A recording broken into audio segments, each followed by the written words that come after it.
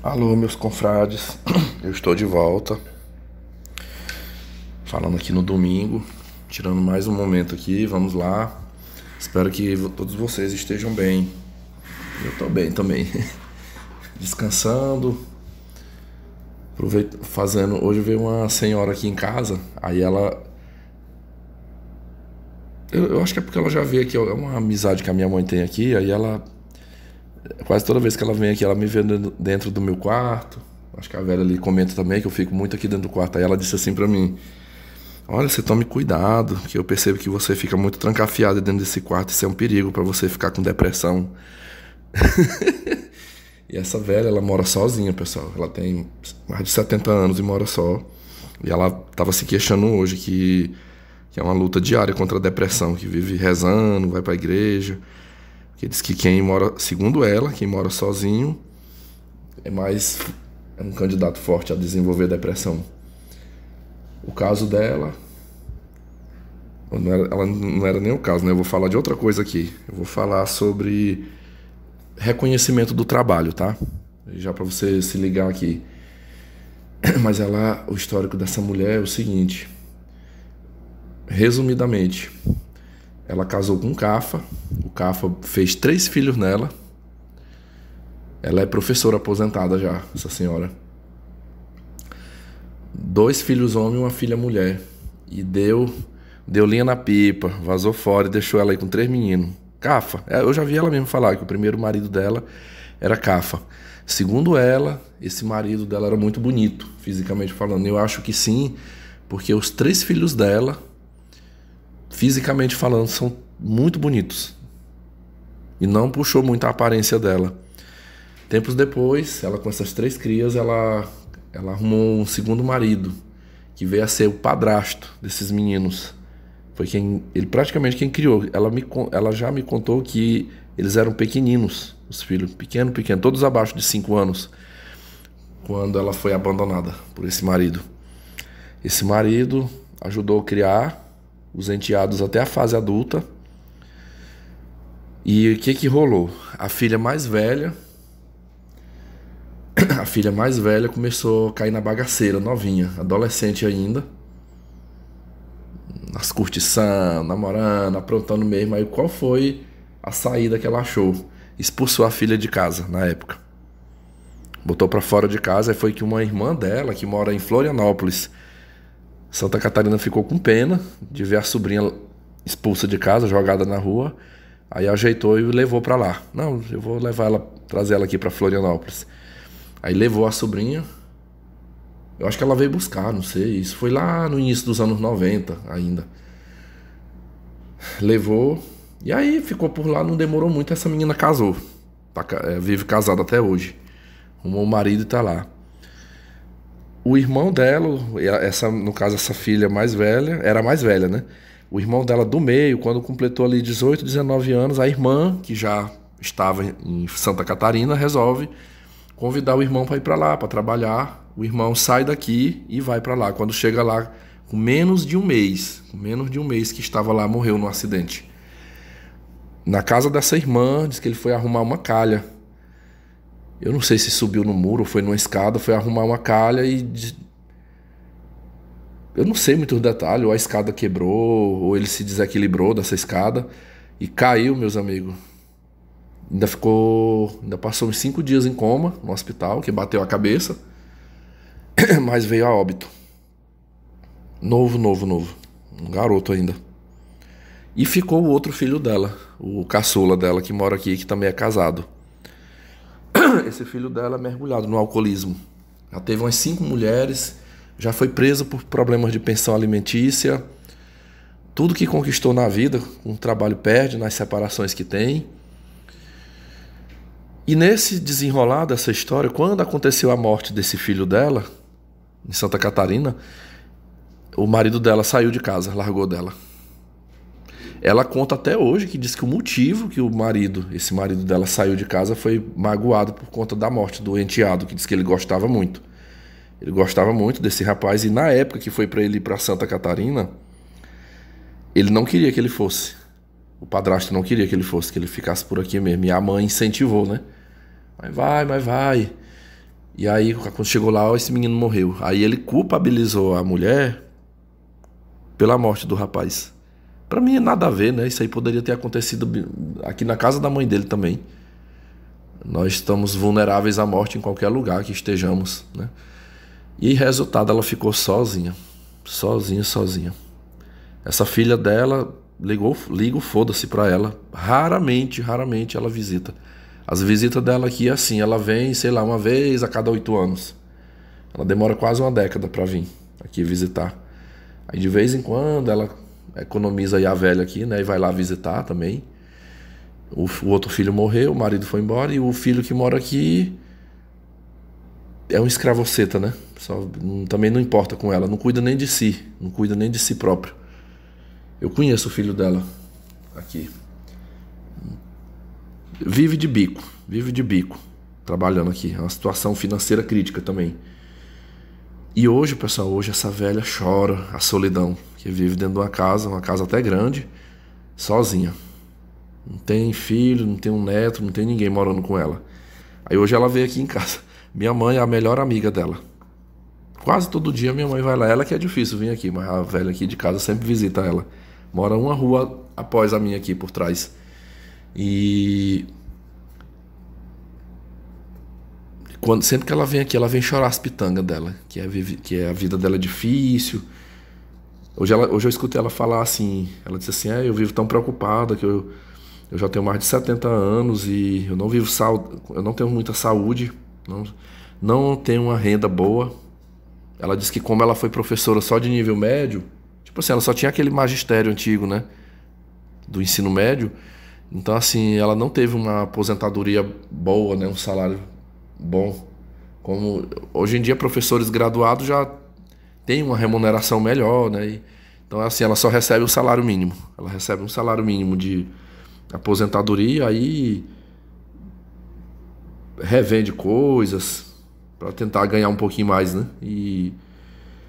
Mas hoje eu vi ela se queixando da solidão. Aí ela falou pra mim, você fica muito trancado dentro desse seu quarto aí, isso é um perigo pra você ficar deprimido, sabe? Tem que sair mais, tem que se divertir mais, arrumar uma mulher, você precisa de uma mulher. Você fica no seu quarto, mas sozinho. É tão ruim, Vitor, é tão ruim a solidão. Eu ri na hora que ela... Aí eu falei assim, aqui vocês nunca vão saber quem é essa mulher. É raro eu fazer isso, mas hoje eu vou chamar o nome dela verdadeiro. O nome dela é Ana. Ana. Aí eu falei assim, dona Ana, eu fico muito no meu quarto, mas assim, eu concordo com a senhora, a gente tem que lutar contra a depressão, não podemos nos entregar esse sentimento ruim, não. Eu falei, eu viajo, todo dia eu saio para trabalhar, eu faço meu treino na academia, quando dá eu faço caminhada. Nos tempos, hoje eu não tenho muitos amigos aqui, né, mas até nos tempos que eu ainda tinha algumas amizades aqui, eu ia visitar meus amigos, né?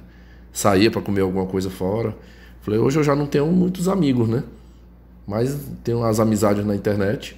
Mas assim, eu não me deixo entregar. Eu falei, eu já passei por fases ruins na vida, que eu tava sentindo que eu tava caminhando rumo a uma depressão, mas eu sempre luto contra. Como eu sei os sintomas, eu tenho conhecimento dos sintomas, logo que eu percebo, eu já corro atrás. Se for preciso ir no psicólogo, eu vou. Precisar ir no médico, eu vou. Eu recorro aos amigos. Eu planejo uma viagem. Uma viagem assim, ela não vai me vencer, a depressão, né? E ela, pessoal, ela é a mulher. Tem mais de 20... Olha, só que o filho dela morreu, acho que já tem uns 20 anos. Mais de 20 anos que esse filho dela morreu. Eu lembro, foi ali... início dos anos 2000, talvez ano 2000, 2001, que ela perdeu esse filho. O filho dela era mais velho que eu. Não, sei lá, foi antes. Acho que foi antes um pouco. Eu era adolescente ainda quando esse filho dela morreu. Eu vou reparar aqui a idade, eu falei 18, não, ele já tinha seus 20 para 21 anos quando ele morreu nesse acidente. E eu deveria ter 16 para 17. Ele era mais velho um pouco do que eu, mas não muito, né? E eu ia falar uma coisa aqui, escapuliu. Enfim. Ah, sim, lembrei. Eu ia falar assim, que ela foi a mulher que quando o marido largou, ela ainda estava nova. Ela ainda estava uma mulher nova. Ela, em vez de, já que ela não gosta de viver só, em vez de respeitar a escolha do companheiro dela, né? Pensa, ele não me quis mais, então assim, eu tenho que respeitar a decisão dele e partir para outra, né? A vida que segue. Não, ela foi desse tipo de mulher que, não, mas ele vai voltar para mim. Ele vai voltar para mim. Muitas vezes eu vi aqui em casa. Ela sempre falava assim: não, fulano me ligou essa semana que vai chegar daqui 15 dias, sabe? Ele só foi dar um tempo, passar uns tempos fora, mas ele vai voltar pra mim, ele vai voltar pra mim.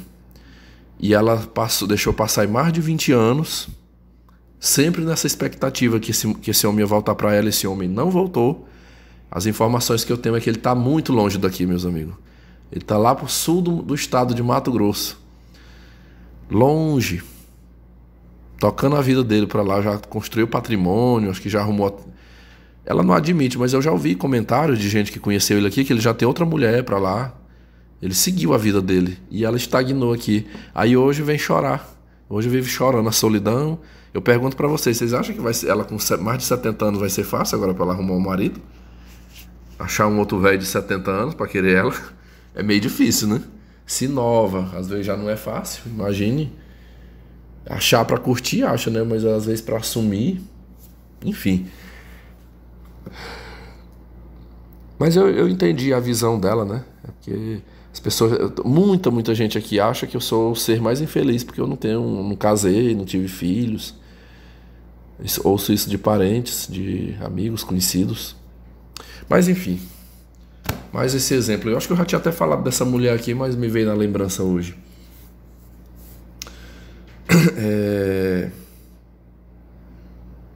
Pessoal, eu botei um conteúdo aqui dias atrás, deixa eu ver que dia foi. Há 6 dias atrás eu botei um conteúdo intitulado Pai Solteiro. E aí quando eu gravei esse assunto, tiveram vários comentários aqui, até me parabenizando, né? Me dando os parabéns por eu desenvolver um bom trabalho e tal, né? Por exemplo, o Enione disse assim: Vitão, fiquei bastante emocionado com a sua dedicação à docência. Sei que ensinar crianças é uma tarefa ingrata, mas você com certeza é um excelente profissional. Meus parabéns. Eita, começou a me dar uma pigarra aqui, tá? Eu vim pra cá e não trouxe o copo de água. Em algum momento, é porque eu almocei agora há pouco. Almocei, sentei aqui, aí eu dou um tempo, eu não como e já vou bebendo água, né? Pessoal, eu vejo uma coisa tão estranha, pessoas acaba de almoçar e vai na geladeira, mas enche um copão daqueles de 500 ml assim e bebe todinho de água. Não é saudável fazer isso ainda, mais água gelada, né? Você comer a comida quente e meter 500 ml de água gelada por cima. Eu fico olhando, eu não falo nada quem eu vejo fazer isso, mas não é. Só penso assim, não é saudável, dá um choque térmico no estômago. A comida quente bate ali naquela água gelada. E eu já vi nutricionistas falarem que se você quer comer bebendo, nunca é saudável, mas o menos pior é você ir comendo e vai bebendo os golinhos, né? Se for água ou suco, você come um pouco, engole, aí bebe um gole. Come mais um pouco, que aí você vai misturando aquela água na comida, né? O líquido na comida e digere melhor. Do que você terminou de comer tudo, aí você manda aquele meio litro de água gelada por cima. É porque eu não lembro agora as explicações, mas tem um problema do choque térmico. Isso abala danifica até os dentes, o estômago. Como aquela água ela vai ficar envolta no bolo, né? No bolo alimentar ali. Aí mistura com gordura e vai para as paredes do estômago. Muito caso, o pessoal fala, né, de gastrite. Tem os casos de estufamento da parede abdominal por conta disso aí. Eu não vou dizer que eu não como bebendo. Por exemplo, de repente eu estou numa praia maravilhosa, numa festa, um churrascão, aquela comida bem atípica, né? Farofa, churrasco, um peixe frito, muita comida, batata frita. Aí é normal, eu boto meu copão de suco aqui, ou uma Sprite, né? Gelada, bastante gelo, aí eu vou comendo e bebendo os golinhos, mas esporadicamente, né? Mas assim, eu prefiro almoçar, esperar 1 hora para começar a beber água. Aí eu arrocho, bebendo água durante a tarde, né? Eita, eu vivo mudando de assunto, mas tô marcando no relógio, eu vou pausar aqui e pegar minha água, porque é o processo de hidratação. Vamos lá, vamos mais alguns comentários, né? Deixa eu ver aqui.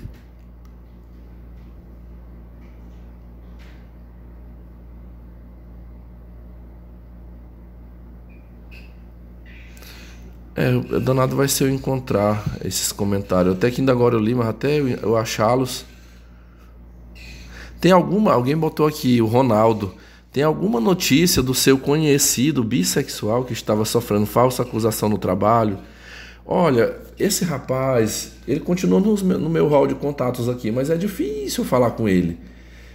Como eu acompanho ele através de status e o Facebook, eu vejo as publicações, eu já percebi que ele não está mais trabalhando, porque na época que aconteceu o problema, ele trabalhava num departamento de RH de uma empresa em Goiânia. E eu percebi que agora ele está trabalhando num hospital. Ele está sendo psicólogo clínico mesmo.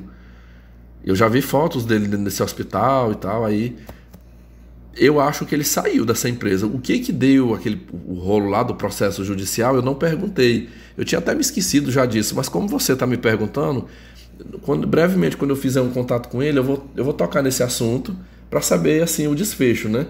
E aí depois eu retomo aqui, né? Como ele tá, cara, isso aí cadeia não deu, né? Que ele continua trabalhando. Pode ser, na pior das hipóteses, assim, se deu em alguma coisa, ele deve ter pagado uma multa ou ter feito uma retratação, alguma coisa assim, né? E saído da empresa. Se ele não pediu as contas, a empresa exonerou ele, porque uma empresa nunca vai deixar de ficar num problema entre um homem e uma mulher. Todo lugar as pessoas vão ficar do lado da mulher, mesmo que ela esteja errada, né? Mesmo errada, as pessoas ficam. Olha, eu me lembro quando eu trabalhei na saúde, eu lembro que foi a última unidade de saúde que eu trabalhei, uma enfermeira começou a cometer assédio moral contra mim, assim, de me esculachar, me esculhambar na vista dos pacientes. O que eu fiz em certa ocasião? Eu fiz um relatório e como era aqui no meu bairro, era o posto de saúde do meu bairro que eu trabalhei, eu fui na casa de 3 conhecidas minhas que por coincidência, estavam no dia aguardando atendimento e eu pedi para elas assinarem como minhas testemunhas. Eu ainda anexei documentos de fatos que tinham acontecido lá, eu tirei xerox desse documento e aleguei todos os fatos que tinham acontecido, a forma como ela me tratou e os documentos comprobatórios, assinatura de testemunhas e mandei para a Secretaria de Saúde pedindo providências. E eu fiz a alegação, eu falei, olha, eu estou encaminhando isso aqui porque o que essa mulher vem fazendo comigo aqui é um crime, é assédio moral, crime de assédio moral. Eu falei, se vocês não resolverem, eu vou pegar isso aqui e vou levar na justiça, eu vou partir para o Ministério Público, algum lugar, mas eu não vou mais tolerar. Nessa época eu estava com meus 23 anos, eu ainda estava, deixa eu ver, acho que era início, era meados ali de 2008. Estava recente que eu tinha concluído minha graduação no curso de matemática, ainda não tinha nem ingressado ainda na docência. E qual foi a solução que a autoridade lá de cima resolveu tomar para resolver o problema? Passados uns 3 dias chegou o ofício que eu estava removido. Foi uma mulher que fez a minha remoção, me tirou de lá. Aqui um local que dava para mim ir de pé. Eu ia de pé aqui para trabalhar, pertinho da minha casa. Agora eu tinha que... Me jogou para um lugar longe, meus amigos. Eu ia de bicicleta no sol quente. Longe para ir trabalhar agora. E eu fui lá com essa mulher que tinha dado essa deliberação e questionei com ela. Eu falei, isso aqui é a solução do problema? Eu falei, a pessoa cometeu esses atos comigo, aí a solução do problema foi me tirar, deixar ela lá. E aí, na época, eu já sabia que eu era o 3º funcionário que estava saindo dali, na mesma função de atendente. E aí essa mulher, não, querido, mas não, a gente entende, a gente sabe que ela é complicada, ela é difícil, mas assim, você é uma pessoa tão competente, tão boa, que assim, a gente preferiu... Foi a época que eu não fui... Na verdade, eles me fizeram até uma coisa boa, depois que eu fui perceber. Eu fui trabalhar num lugar longe, mas era num local administrativo, eu ficava dando uma salinha, não era mais com atendimento ao público, era só no computador, digitando, só que o salário era o mesmo, né? Ganhava o salário mínimo. Mas ali eu fiquei num lugar até mais confortável. Eu só tinha 2 colegas de trabalho nessa sala. Era um homem e uma mulher. Depois eu achei que foi bom, né? Foi um mal que veio para o bem. Mas não, a gente tirou de lá porque a gente sabe da sua competência. A gente vai te colocar num lugar bom. Aqui vai ser... venha para cá que você vai... Era no mesmo local lá, no prédio lá. E aí Eu saí. Mas eu digo assim, que eles não. O que eles optaram por fazer? Eles não abriram a instauração de um PAD, não houve um processo administrativo contra ela, nada. Eles preferiram, não, vamos tirar e deixa ela lá. Essa mulher, depois que eu saí de lá, não demorou muito, ela saiu também. Por quê? Porque sempre o abusador, ele tem que ter uma vítima ali para ele esfolar, né? Então, como eu bati de frente, denunciei tudo. Aí me tiraram de lá. Aí ela mirou numa velha, pessoal. Ela mirou numa velha. Esse caso eu tô relembrando porque no meu antigo canal eu contei esse caso. Só que aqui eu tô dando só uma resumida, que lá eu contei com mais detalhes. Uma velha, agente comunitária de saúde, macumbeira, feiticeira, inclusive era muito minha amiga. Ela mesma se intitulava assim, né? Ela tinha um terreiro de umbanda na casa dela. Pois ela escolheu a velha para fazer dela o seu bode expiatório, né, para maltratar. Ah, meus amigos, mas não prestou não. Não prestou, porque aí a velha já não quis resolver da forma que eu resolvi, denunciando. A velha foi para via de fato. Era barracos lá dentro do posto. E aí ela descobriu um podre lá dessa enfermeira. Tipo assim, um paciente esqueceu uma bicicleta. Um paciente esqueceu uma bicicleta novinha, uma Monarch. Pois a enfermeira, chefe do posto, pegou essa bicicleta e vendeu, não sei para quem. Diz que essa bicicleta ficou guardada muitos dias, não apareceu o dono, e ela, já que não apareceu o dono, eu vou ficar para mim, vou vender. E aí a velha lá descobriu o dono dessa bicicleta e incitou esse dono da bicicleta a denunciar ela na justiça. Isso deu processo na justiça, meus amigos. E essa velha, as brigas e confusão, e foi parar na justiça. Aí tiraram a enfermeira. A velha até hoje está trabalhando. A velha continua bem aqui no posto, trabalhando como agente de saúde. E a enfermeira saiu, hoje ela está jogada. Um tempo desse, eu vi essa mulher num supermercado. Pessoal, ela é uma belenense da Gema. Vocês já viram o sotaque dos belenenses, né, aqui do Pará? Sangue indígena, você olha assim, é a cara de indígena. Mas eu vi ela, na época ela era bonitona, uma mulher forte, acho que ela fazia até academia na época, ela tinha seus... Hoje ela é uma cinquentona, mas naquela época ela devia estar com seus 40 no máximo, né? 38, 40 anos. Até bonita ela, assim, aqueles traços indígenas.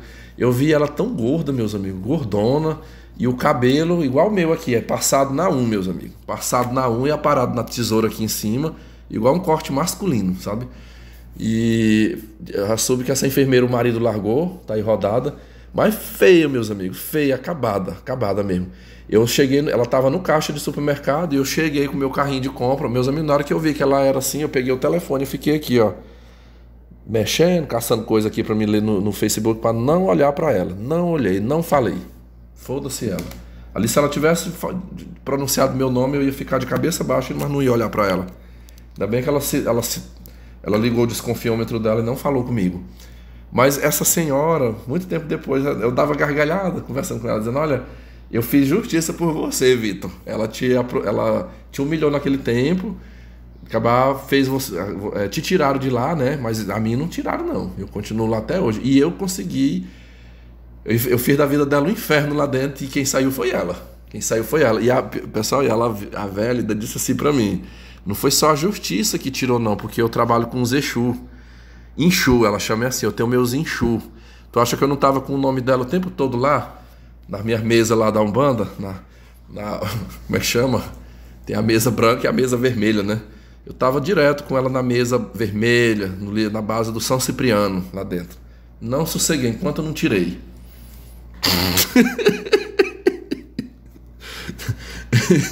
Vocês percebem quando... A rixa, quando é entre duas mulheres, é mais fácil para resolver, né? Do que quando é entre homens. Vamos lá, deixa eu... Tem duas pessoas aqui que eu quero muito agradecer, assim, as participações de todos, né? Mas em especial aí, tem um perfil aqui chamado @SandyLima. Deduzo eu que é uma mulher, né? Porque esse nome Sandy é nome feminino. Ela escreveu aqui, gente, que mulher cara de pau, ainda deixa claro que quer o Vitor somente para se aproveitar dele. Vitor, eu nunca atendo ligação de números desconhecidos, faço o mesmo. Eu só tenho, se minha memória não tá ruim, eu acho que Sandy Lima mora fora do Brasil, né? Pelos comentários aí, eu acho que você mora fora do Brasil. Tem um outro participante aqui, que esse é um perfil feminino, mas pelo jeito que escreve, parece que é um homem que está escrevendo. É o Femme Fatale. Eu admiro vocês dois muito aqui no canal, porque vocês mandam muito feedbacks. E eu acho assim profundo assim, as análises. É muito bem expresso. É até difícil para me definir. Mas assim, eu aprendo muito com vocês. Eu sou muito grato aí aos comentários, eu digo que são verdadeiros ensinamentos que vocês põem aqui nos comentários. Serve para mim e para todos, tá? Então, meu muito obrigado e a casa é sua. Participe sempre, viu? Deixa eu ver aqui.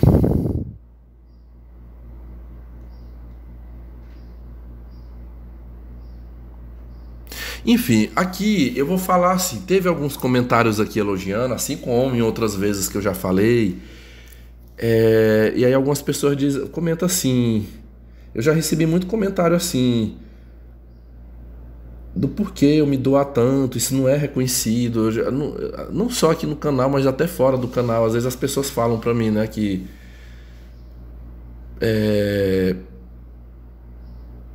você não vai ser reconhecido por isso aí, né?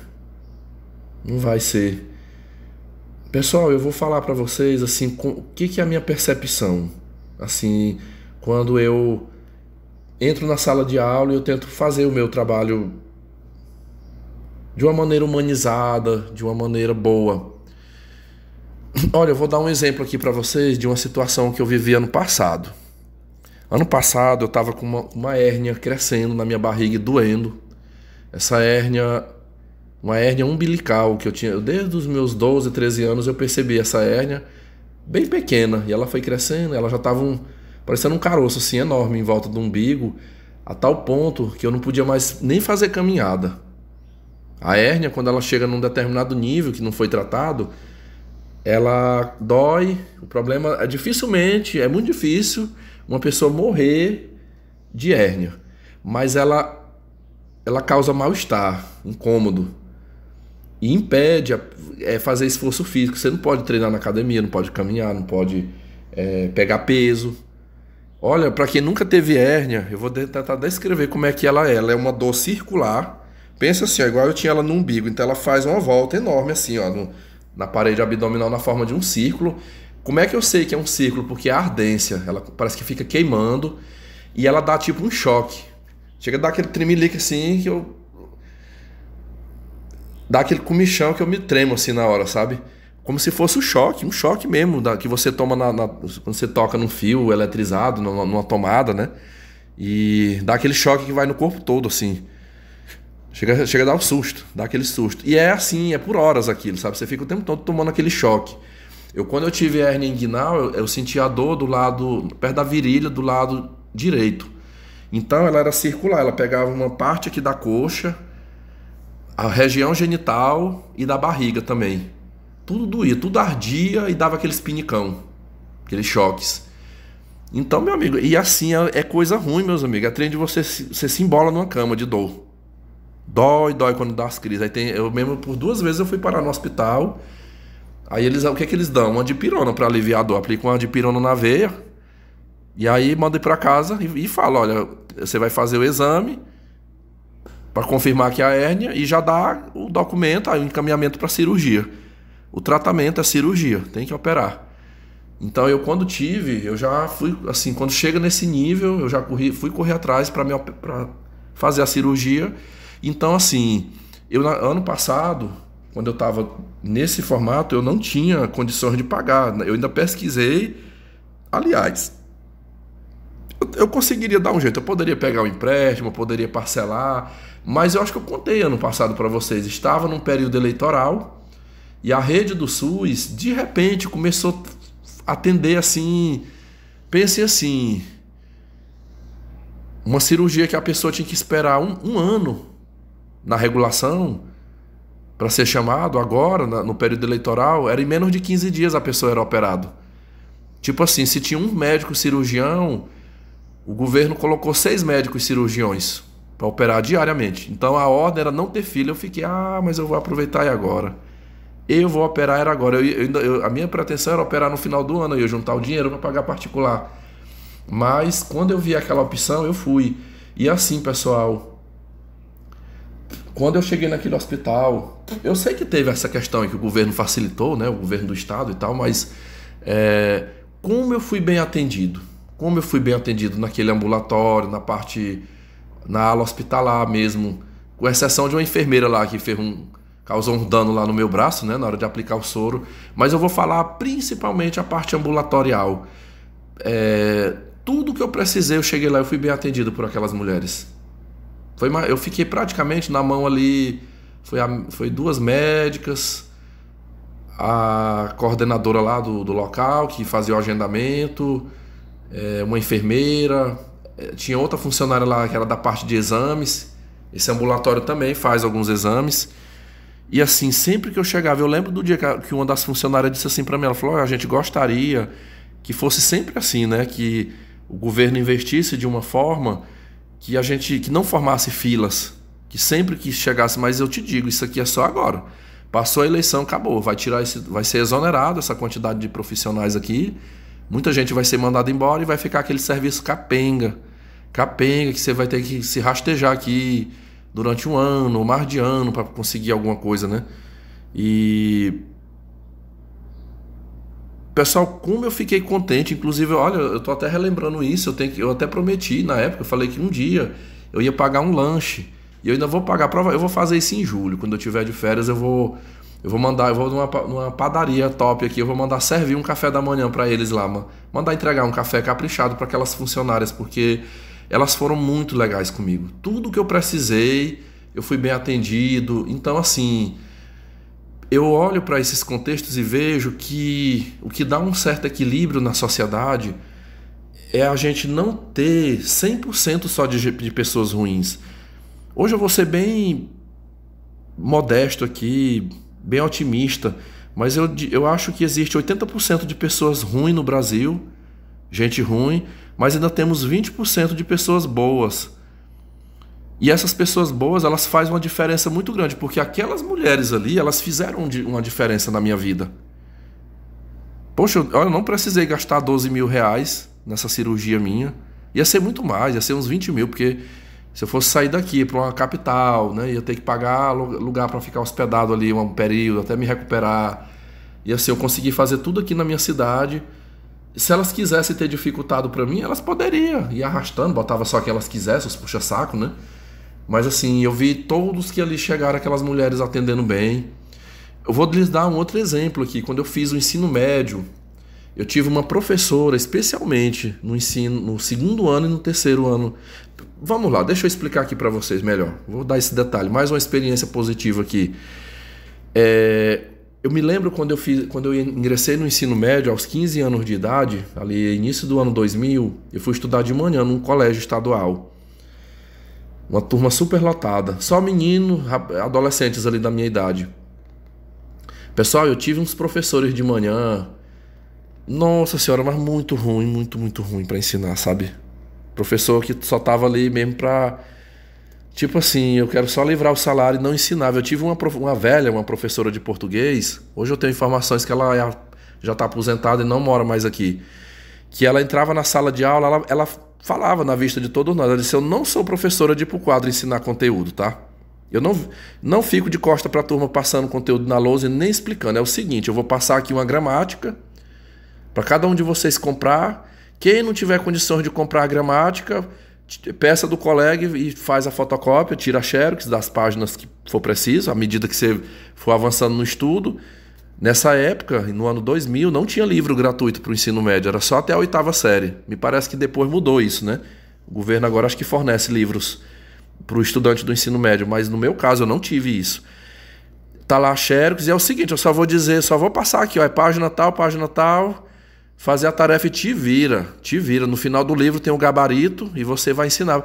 Eu não vou ficar dando colherzinha de chá para vocês, porque quando vocês chegarem na faculdade não vai ter professor para estar passando a mão na cabeça de vocês. Então eu já vou começar a preparar vocês aqui já para o nível de faculdade. Meus amigos, eu vim do ensino fundamental de 5ª a 8ª série, numa outra escola, que era muito difícil, meus amigos, eu ter um quarto horário. Hoje essa professora estava bem aqui conversando comigo aqui, a gente recordando isso, eu digo, olha, muito do que eu aprendi foi porque eu corri atrás, porque professores faltavam muito, aí a diretora mandava embora. Às vezes chegava lá, tinha dia que não tinha nenhuma aula. Sei lá, era 2 aulas de português, 2 de matemática, 1 de história. Não apareceu nenhum professor aqui, vai embora. Pode ir embora. Ou então tinha um tal de um subir horário. Não, sobe esse horário aqui, bota no quinto horário, joga pro primeiro, vai embora. E não tinha aula. Então, assim, foi um ensino fundamental muito mal feito. Aí, de repente, eu vou para uma escola. Essa escola até que ela era mais rígida. Assim, até que costumava se ter os horários todos. Parece que me lembro dessa senhora, a diretora desse outro colégio que eu fui fazer o ensino. E eu quis ir para essa escola até porque tinha uma fama boa, sabe? Tinha uma fama, assim, de ser uma escola melhor. Ela era mulher de um médico aqui da cidade, a senhora. Eu até gostava dela, da diretora. Mas assim, eu me vi completamente perdido ali dentro daquela escola, porque era um estilo de alguns professores trabalhar esse esquema aí, e eu não estava preparado. Eu lembro que o primeiro e o segundo bimestre, aí tá, vamos concluir aqui, português, né? Então o sistema dessa professora era essa, ela ficava sentada, 1 horário, 2 horários ali na turma, ela não ia pro quadro explicar nada. Aí, tipo assim, eu me lembro que pra gente aprender alguma coisa, tinha alunos que começaram a pagar aulas de reforço, outros se agrupavam, e eu já trabalhava, meus amigos, nesse tempo. Eu ia de manhã pra escola e à tarde eu trabalhava de faxineiro num colégio particular aqui. Eu só tinha à noite. Aí, às vezes, eu lembro que nessa escola que eu trabalhava, era até de uma senhora, minha patroa era adventista, lá tinha uns livros de ensino médio na biblioteca e eu pedia livros emprestados e levava para casa. Aí aqueles tópicos, né, eu anotava, o que era, sei lá, era adjunto adnominal, era aqueles trem de português, sintaxe, né? Período composto, por coordenação, subordinação, era predicado, predicativo, objeto direto, objeto indireto, redação, esses trem. Eu levava o livro para casa e ia estudar em cima desses livros, sozinho. E ali, até que português eu consegui me safar um pouco. Português, a média era 5, eu tirava ali. A professora dava uma prova de 3 laudas. E aí, às vezes, eu não fiquei. Eu lembro que eu não fiquei. Eu tomei uma bomba no primeiro bimestre, no segundo eu tirei um 5, aí fui para recuperação, tirei 6,5 e recuperei a nota do primeiro bimestre. Português eu ainda consegui me safar. Mas matemática, meus amigos, eu tive um professor. Um cara, na época, de 28 anos, mala, meus amigos, mala, cafajeste, canalha, narcisista, que falava dentro de sala de aula que não ia explicar o conteúdo, e assim, das meninas era a buceta, se quisesse ter nota com ele, tinha que dar a buceta para ele, e os meninos era caixa de cerveja. E eu não tinha nenhuma das duas coisas, eu não tinha nem cerveja para dar para ele. Falava, pessoal, fosse hoje, esse cidadão ia para cadeia, sabe? Gente, ano passado, lá na minha casa não tinha onde estocar tanta grade de cerveja que eu ganhei. Porque assim, para passar na minha matéria, as meninas já sabem como é que é, e os meninos, caixa de cerveja, tá? Caixa de cerveja lá em casa para me beber. Fazia, meus amigos, e diretora, não adiantava, tinha alunos que reclamaram dele. Sabe o que a diretora, essa velha, eu até falei que eu gostava dela, que ela parecia ser simpática, né? Assim, até me tratava bem lá. Mas sabe que quando pessoas iam reclamar dele, desse professor, ele dizia assim, rapaz, para mim o fulano, eu me dá vontade de citar o nome dele, hoje ele mora em Belém, esse professor. Eu já localizei ele no Facebook, ele está morando em Belém. Eu não vou dar muitas informações, que ele é muito conhecido, deixa quieto. Ele é o crânio, para mim ele é o crânio aqui dessa escola. E é o seguinte, não quer ficar reprovado com ele, não é só estudar. Só estudar, não vou me intrometer não. E aí a diretora dava corda para ele, sabe? Dava todo o aval para ele fazer o que ele queria lá. Então, assim, eu tomei bomba no primeiro e no segundo bimestre nas disciplinas de física e matemática que ele ministrava. E quando foi no meio do ano, por uma coincidência, essa minha patroa lá me fez uma oferta de trabalho para que eu trabalhasse o dia todo e melhorasse um pouco mais o meu salário. E eu vivendo na pobreza extrema, na época, eu pensei, vou passar para a noite. E aí eu, muita luta, implorei lá, me passaram de manhã para de noite. Pessoal, quando foi à noite, eu me vi no outro cenário, porque eu fiz a metade daquele ano, né, do primeiro ano à noite, e a minha turma, a turma que eu fui, era uma turma cheia, mas era a maioria de pessoas casadas.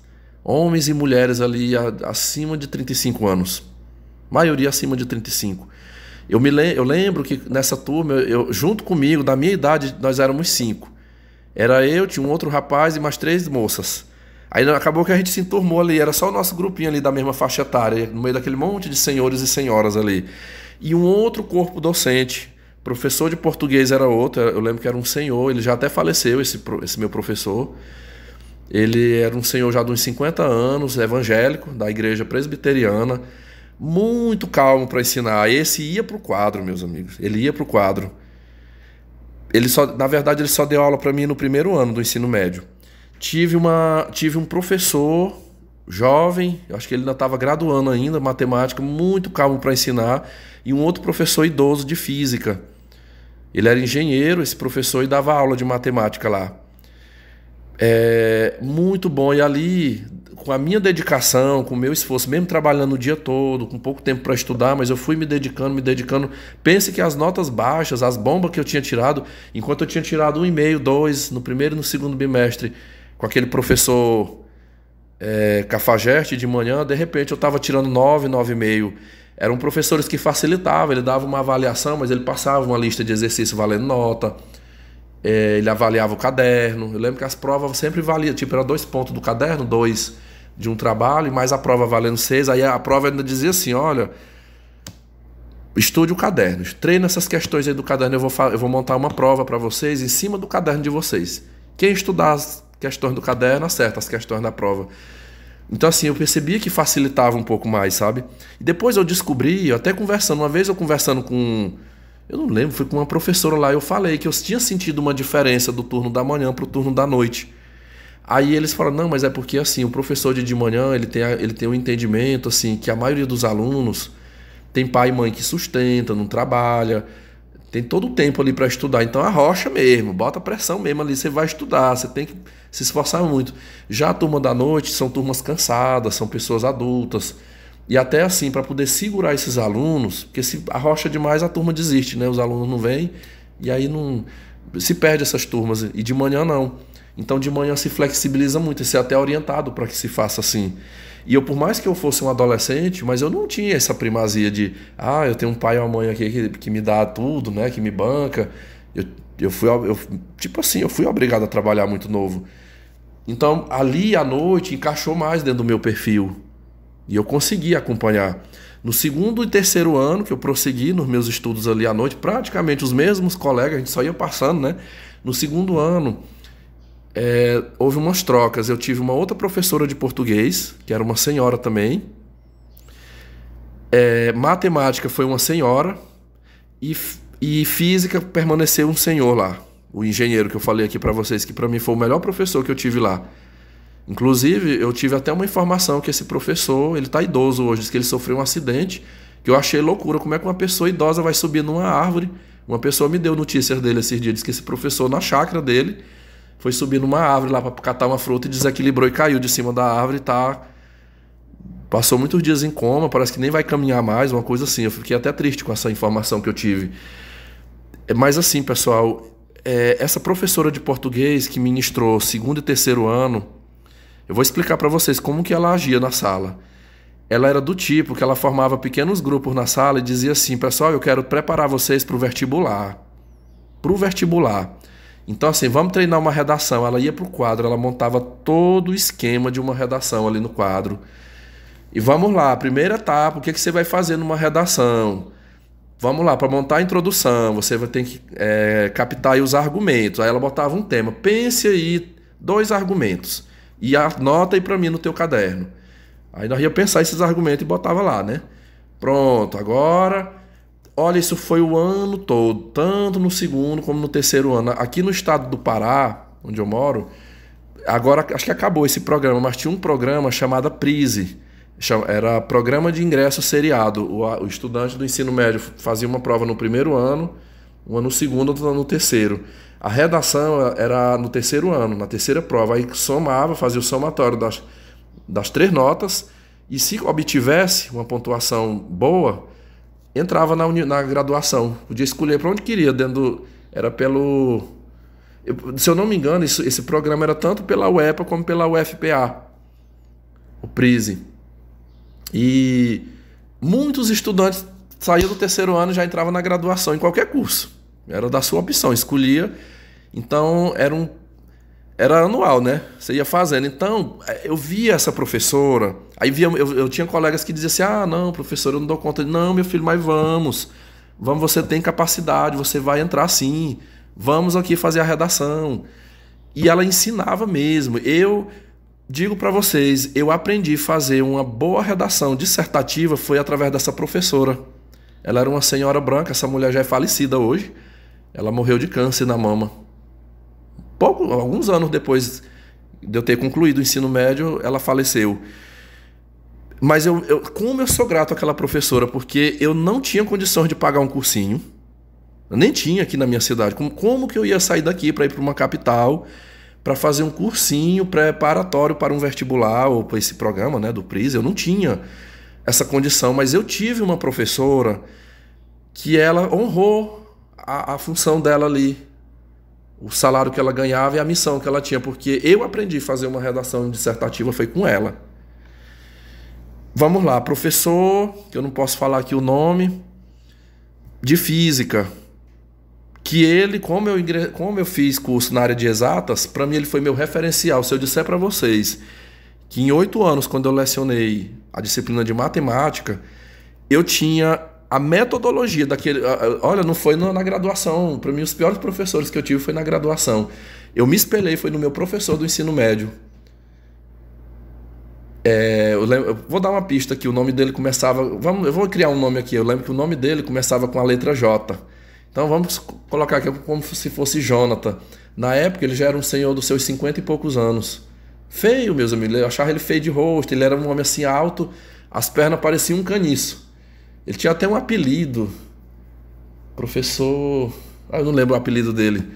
Meus amigos, mais uma pessoa humilde, um homem super calmo. Se precisasse repetir uma explicação 5 vezes, 10 vezes, ele não prosseguia enquanto o último aluno ali não entendesse. Era ele que... a dinâmica dele era essa. Ele passava ali, às vezes ele trazia já xerocado, impresso ali as listas de exercício e treinava com a gente ali dentro da sala e falava: no dia da prova...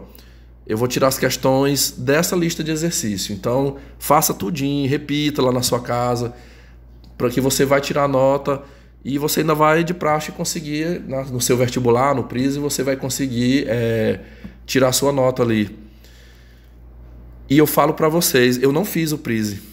Eu não fiz o PRIS, mas no final do terceiro ano do ensino médio eu paguei a inscrição do vestibular, fiz e passei, meus amigos. Passei dentro do número de vagas.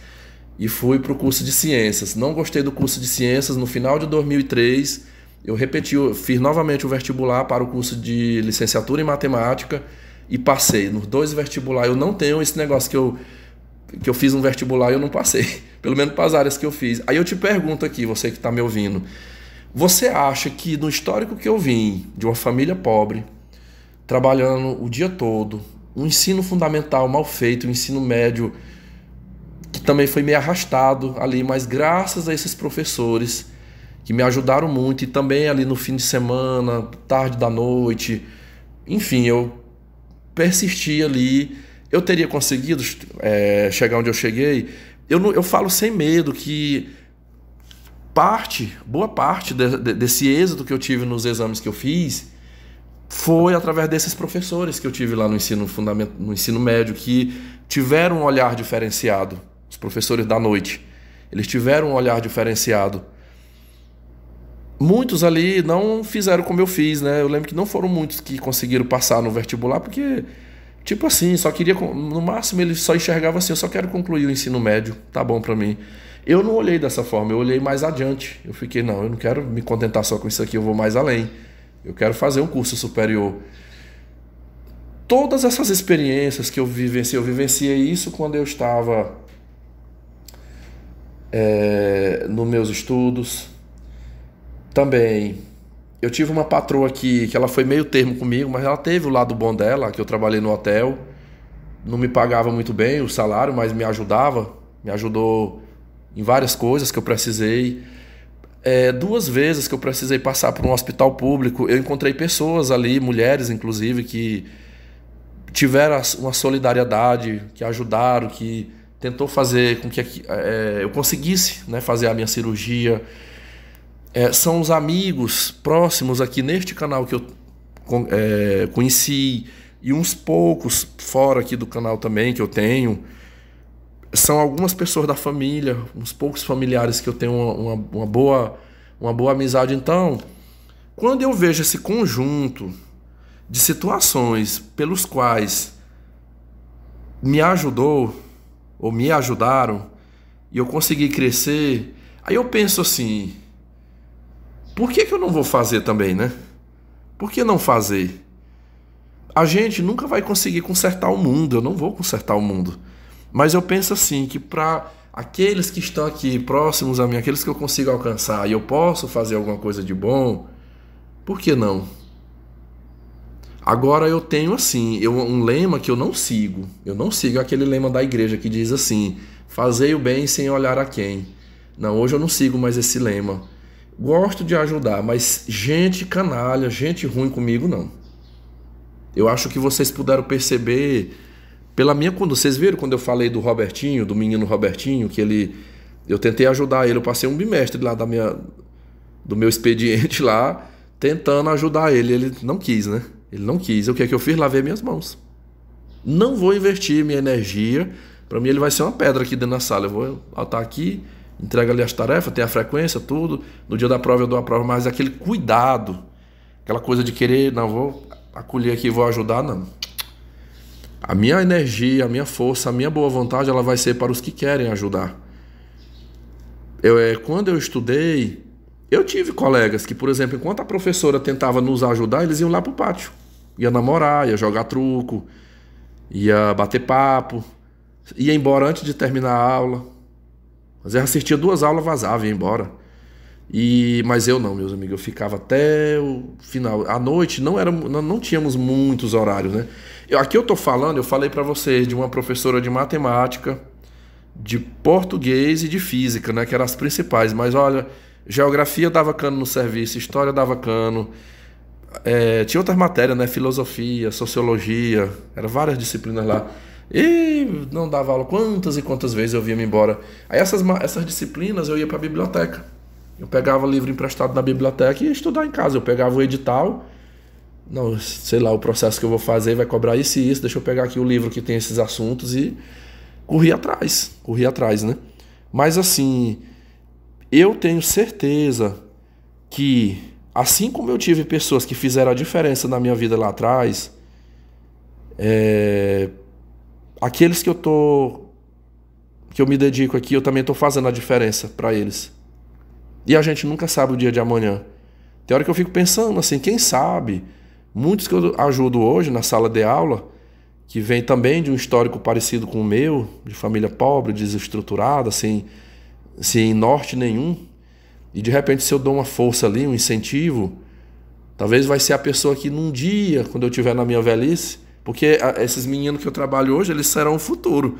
Talvez é do meio deles que vai emergir o policial lá na frente, que de repente poderá fazer algo por mim. Quando eu estiver doente, poderá ser o médico, o enfermeiro que vai estar me atendendo quando eu tiver daqui 30 anos. Quando eu estiver lá com 60, 70 anos. E eu sinto que muitos colegas, muitas pessoas que trabalham, devido à sua personalidade narcísica, ela não enxerga dessa forma.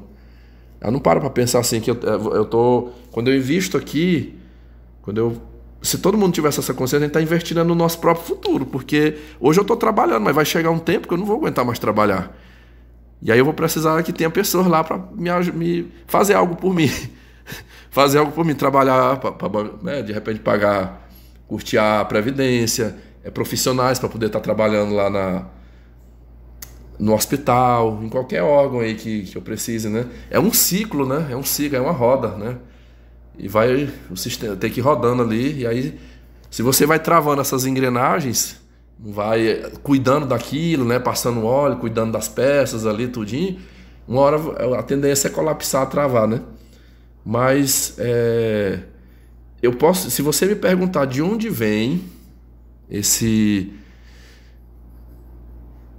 essa atitude, né, esse impulso para agir assim da minha parte, por um lado é a índole, são os valores que eu tenho, mas também a inspiração em pessoas que eu tive no meu passado. Gente, de tudo que eu tô falando para vocês aqui, eu lembro desse professor canalha que eu tive pela manhã no ensino médio, que não ensinava e dava umas provas mesmo assim tão difíceis, e de repente eu via gente ali que ele dava nota, que ele... Gente, eu sei que parece inacreditável o que eu vou falar aqui, mas eu presenciei isso. Sabe o que é um professor numa sala de aula pegar a gente chama o canhoto, né? Pegar um canhoto de notas e, por exemplo, eu que tinha tentado, pelejei, mas não consegui e tirei quase 0 na prova, não acertei quase nada naquela prova. Aí ele tava, por exemplo, com a prova de uma menina, de uma garotinha, uma mocinha nova lá, né? Linda. E ele olhar assim... Quanto é que você quer? Quanto é que você quer? Não, vou te dar um 8 aqui, vou te dar um 9 aqui. Mas ainda apontava assim com a caneta. Como quem diz assim, você tá me devendo, viu? Depois isso aqui vai ter que ter o pagamento depois. Ou se não, eu já tivesse até pago, né? Talvez ela já tinha dado o priquito dela ali por fora, né? E...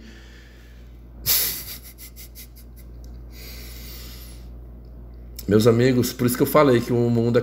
Aqui no mundo não, o Brasil é 80% de pessoas ruins, porque, cara, é assim, é terrível um negócio desse, assim, para um estudante.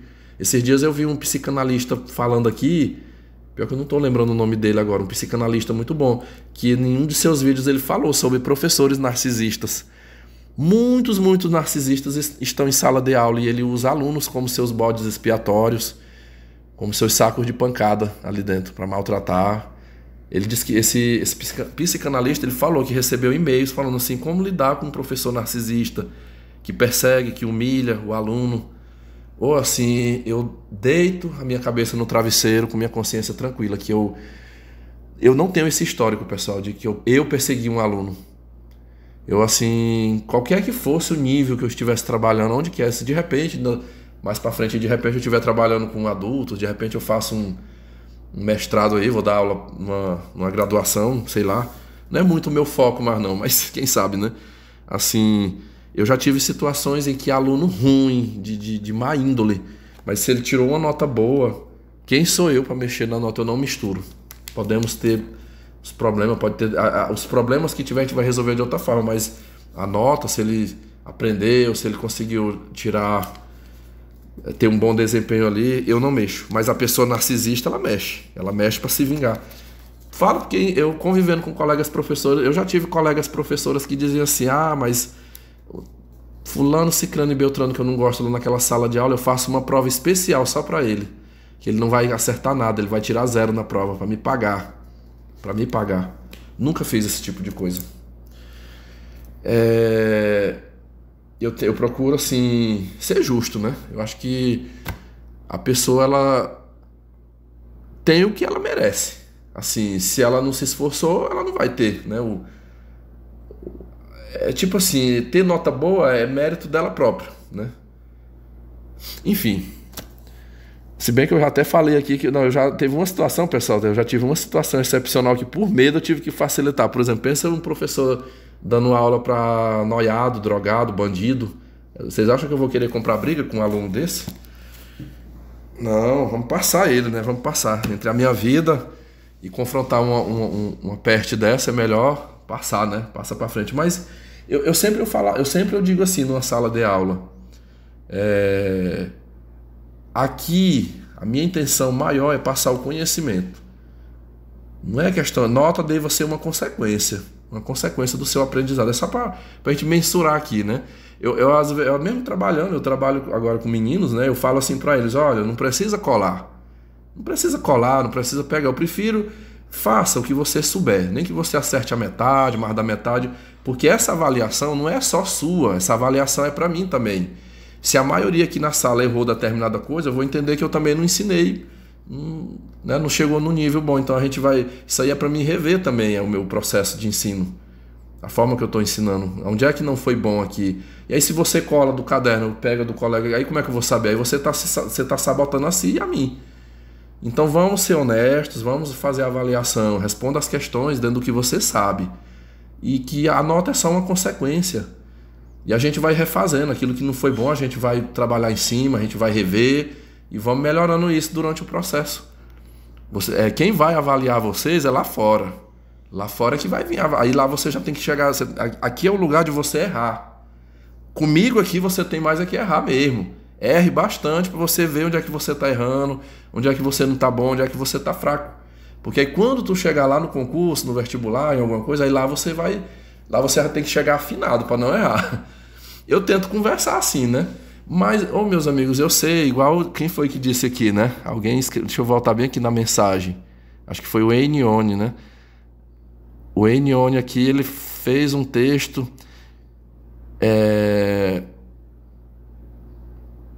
Não foi o Enione, não. Foi o Tatuzinho, né? Tatuzinho disse: você é um profissional exceção, Vitor.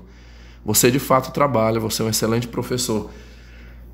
O grande desejo era que a maioria fosse assim, mas não é, porque a gente convive numa sociedade narcísica. Meus amigos, pensem assim comigo, ó. Onde que um país como o Brasil, um país que foi, desde a sua fundação, as suas bases fundadoras foi da corrupção, né? É um povo extremamente corrupto, é 2/3 de uma população pobre, que não tem uma boa cultura, bons valores.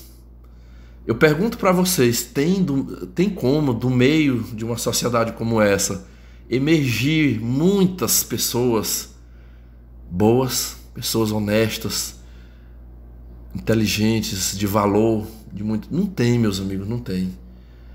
Vá para um país desenvolvido, vá para os Estados Unidos, os norte-americanos, sei lá, Inglaterra, Suíça, Noruega, esses países aí, que é um outro mundo, é uma outra visão. Então lá é mais difícil você ter pessoas do meio deles canalhas, narcisistas, perversas.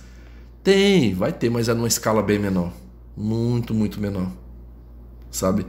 Então aqui sempre alguém como eu e alguns dos senhores que aqui me acompanham seremos exceções. Eu vou lembrar aqui do meu amigo Lorde Conselheiro, né? O Lorde Conselheiro, ele, em um de seus vídeos, ele falou assim: Vitor, o Brasil é um grande lixão. O Brasil é um lixão, a céu aberto. Aí no meio desse lixão aqui, acolá você encontra uma florzinha. Tem uma florzinha bonitinha que emerge ali do meio daquele lixão. Essa florzinha é pessoas como você, como eu, e várias outras por aí espalhadas, né?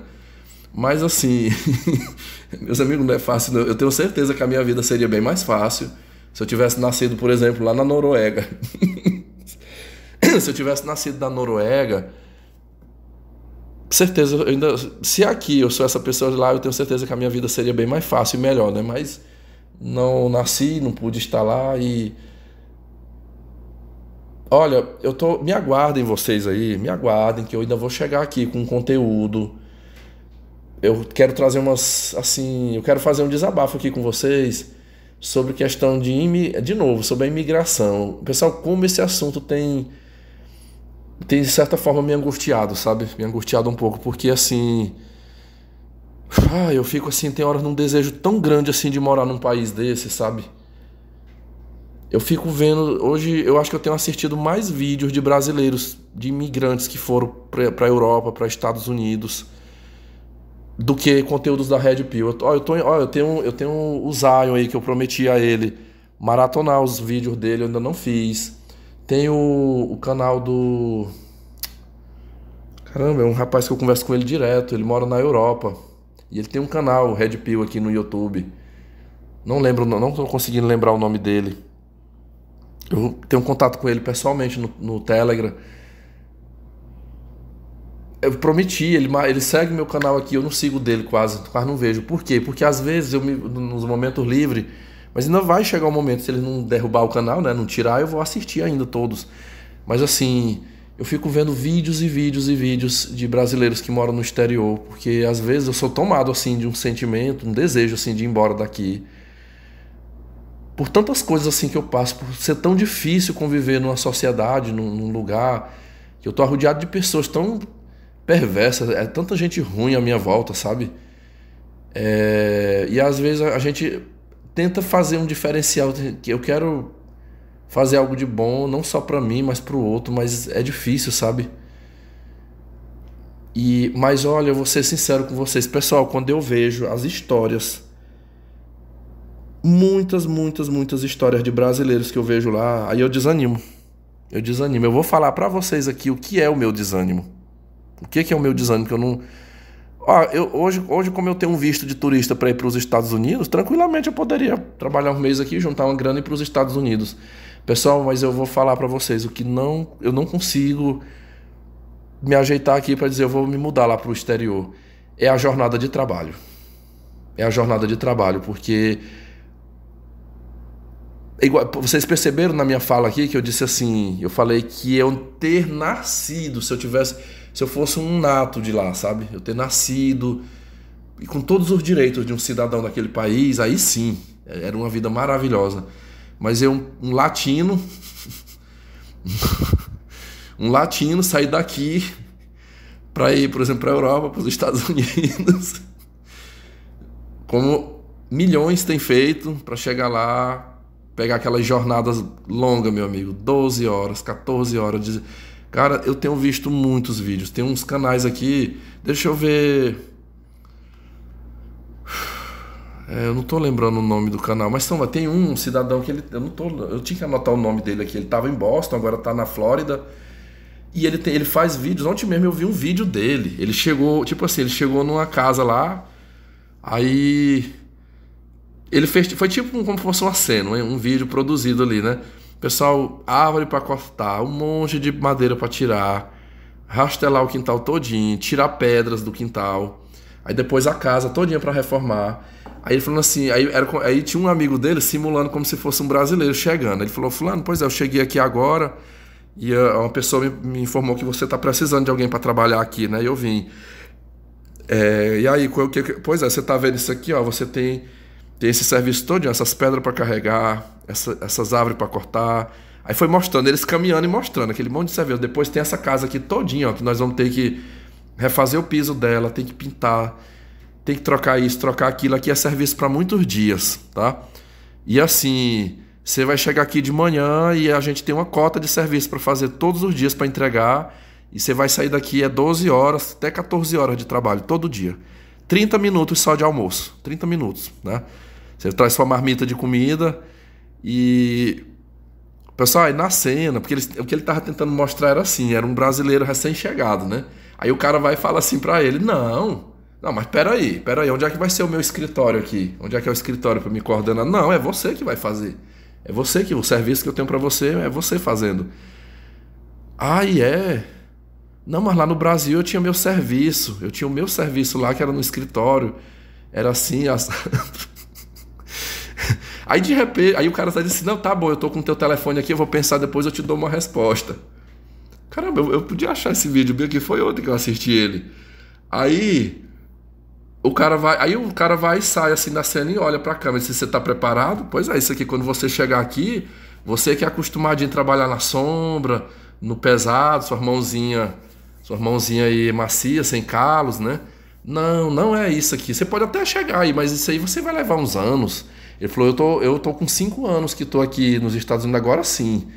Agora, depois que eu já consegui minha legalidade, aí eu consegui abrir uma empresa para mim, agora sim eu tô podendo trabalhar melhor, né? Eu já contrato pessoas para trabalhar, mas quando você chegar aqui, você vai ter que encarar o que aparecer. É o serviço que aparecer, ganhando tanto que for.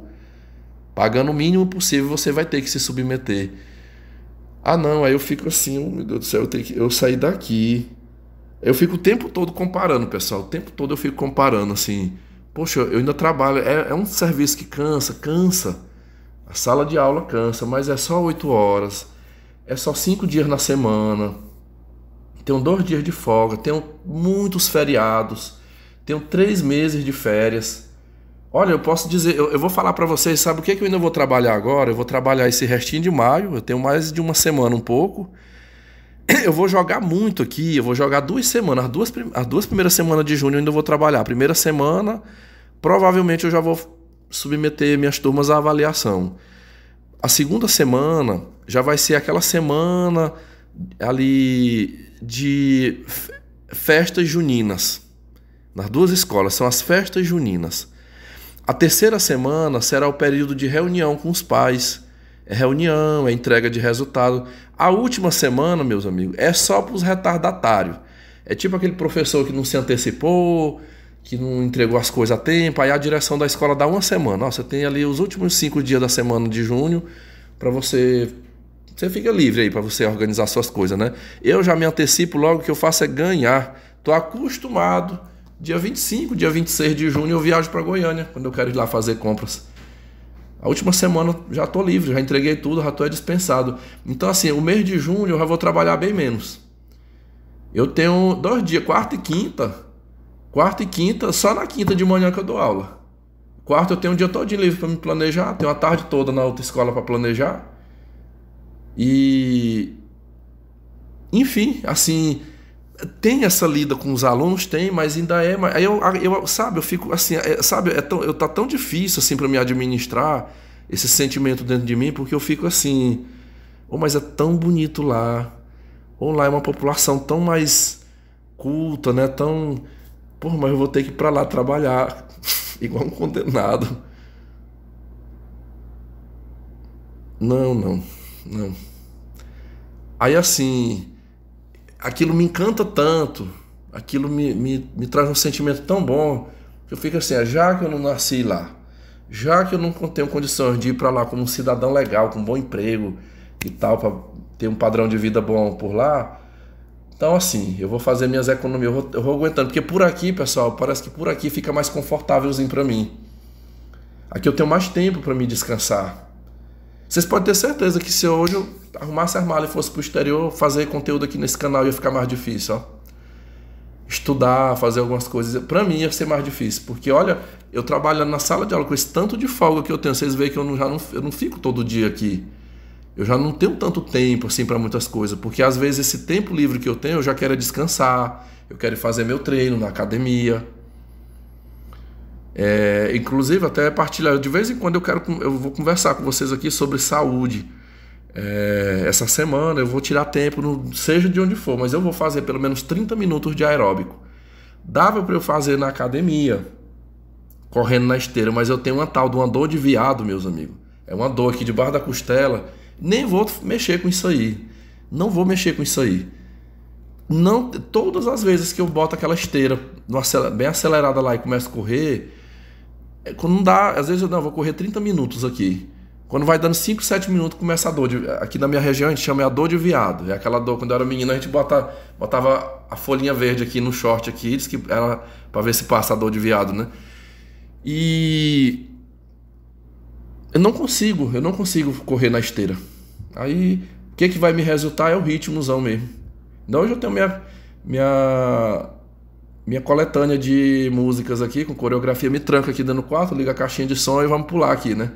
Fazer todas aquelas coreografias. Só que o ruim é que o ritmo, para ele dar um resultado, tem que ser pelo menos 60 minutos.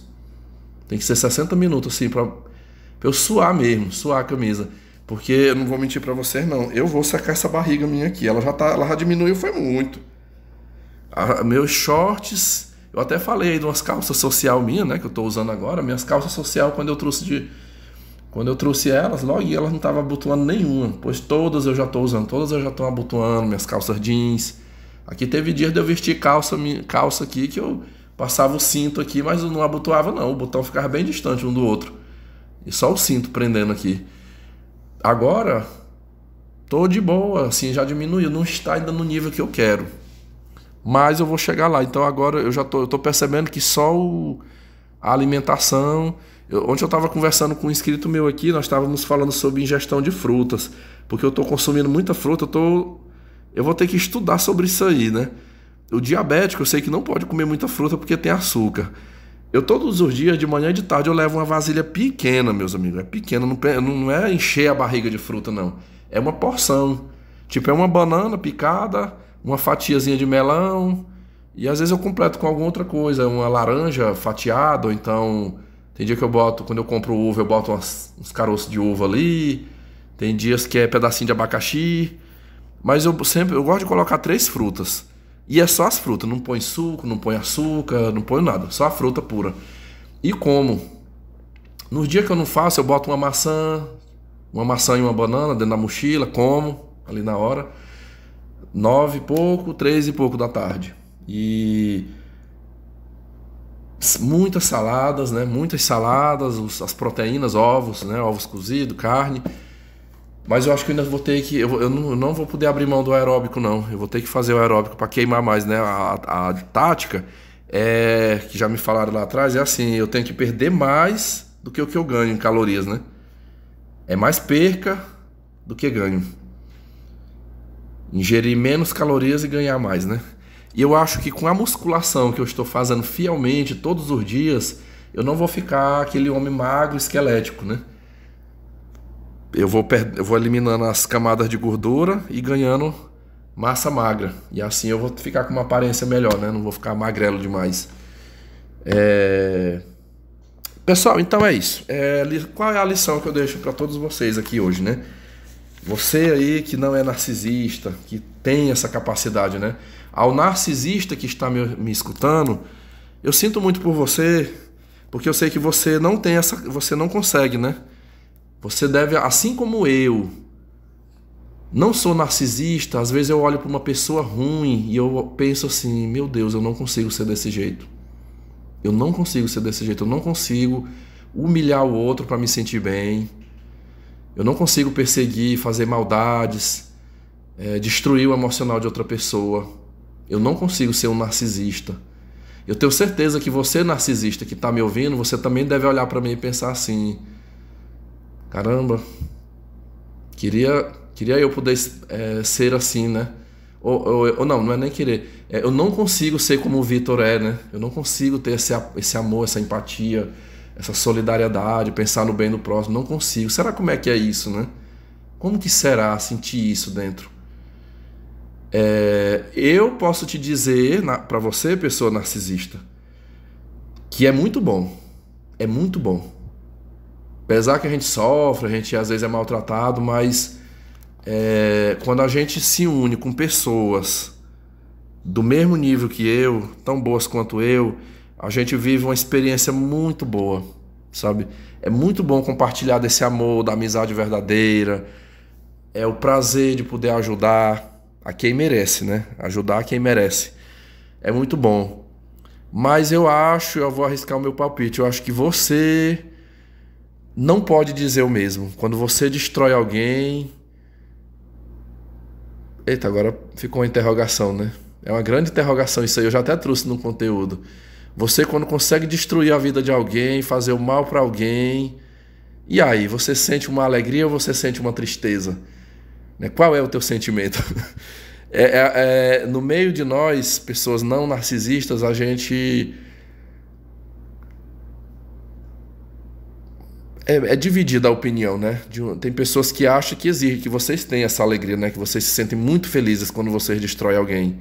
Mas tem outros que dizem que não, né? Tem muitos... Aquela doutora Beatriz, né? Uma psiquiatra, muito conhecida aí no YouTube.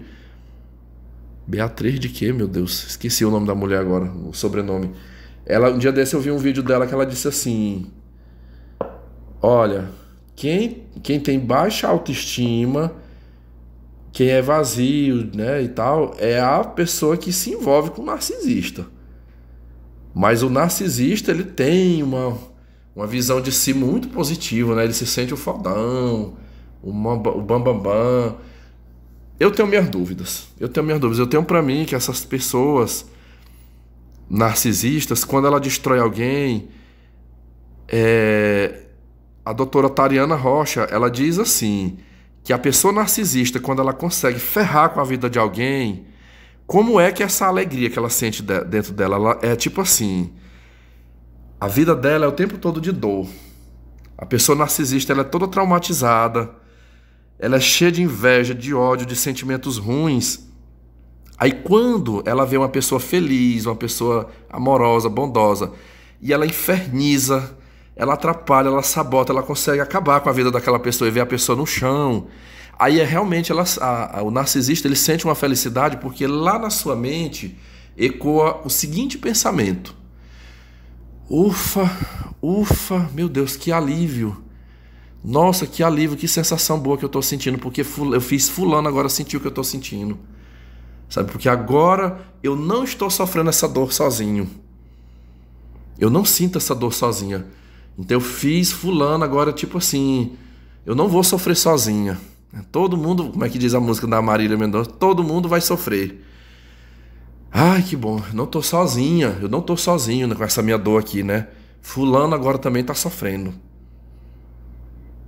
É aquela velha frase que a gente diz assim, que eles pensam assim, eu até aceito fulano está bem, mas nunca melhor do que eu. Ele pode estar até no mesmo nível que eu estou, mas não pode ultrapassar.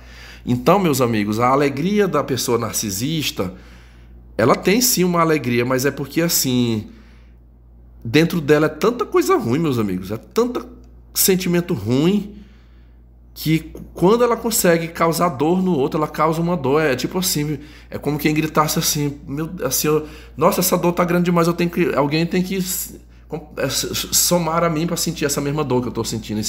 Tem que sentir esse mesmo sentimento. Não é justo eu carregar essa dor sozinho. Eu não posso andar com essa dor sozinho. Então, assim, a você que é ruim, a você que é perverso, o que eu tenho a dizer para você é meus pêsames para você, viu? A sua vida é muito ruim, viu? A minha é ruim. A minha, às vezes, eu como uma pessoa amorosa, de um coração bom, a minha vida é ruim. É difícil, às vezes, assim, porque a gente tem que lidar com gente como vocês, que carrega tanta dor, né? Mas eu te digo assim, com conhecimento, com um bom direcionamento de vida, é possível a gente ir se desviando de pessoas como vocês, né? Do veneno, da dor, a gente consegue se desviar da dor de vocês e ter uma vida parcialmente boa, feliz, né? E já vocês que são narcisistas, vocês nunca serão felizes, né? Vocês nunca vão experimentar a luz, o que é a verdadeira felicidade, porque a verdadeira felicidade está em fazer o bem. São essas as minhas palavras. Aos narcisistas, meus pêsames, e a você que tem um coração cheio de amor, comemore isso, comemore. Você sim conhece a luz e o que é a verdadeira felicidade. Só se proteja, né? Se blinde um pouco para você não ser atingido pelos males dos outros, né? Da dor dos outros, né? É possível viver assim. Eu ainda não trouxe aqui o conteúdo, mas eu ainda vou trazer um conteúdo aqui que eu quero reforçar mais ainda os meus 2 últimos anos, o quanto eu amadureci, né? O quanto eu aprendi nesses 2 anos e está somando, ajudando aqueles que têm essa capacidade para que você se fortaleça. Porque ao narcisista, os meus pêsames aos narcisistas, porque para vocês não tem solução, né? Aos que têm uma personalidade saudável, aos que não têm transtorno de personalidade, para você, para nós, existe solução. Existe uma saída e uma solução.